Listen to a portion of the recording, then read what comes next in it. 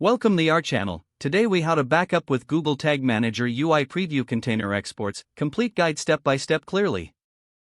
To back up your Google Tag Manager configuration using the UI Preview Container Exports, start by logging into your Google Tag Manager account. Select the container you wish to back up. Navigate to the top right corner and click on the Admin option.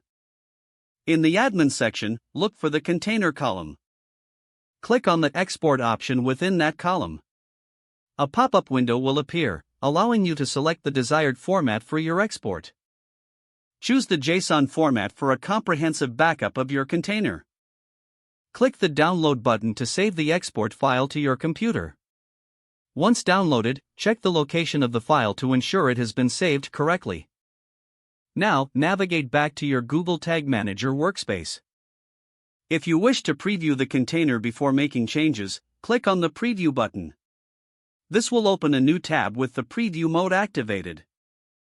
In the preview mode, you can test your tags to confirm they are firing correctly. Once you are done with the preview, return to the Admin section.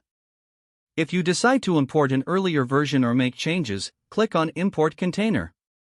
Select the JSON file you previously exported and click Continue. You will then be prompted to choose between merging or overwriting your current container. Choose the option that best fits your needs. Once selected, click Confirm to complete the import process. Your container is now backed up and ready for further editing.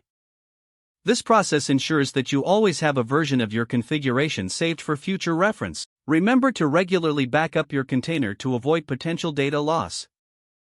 Following these steps carefully will help you manage your Google Tag Manager configurations effectively.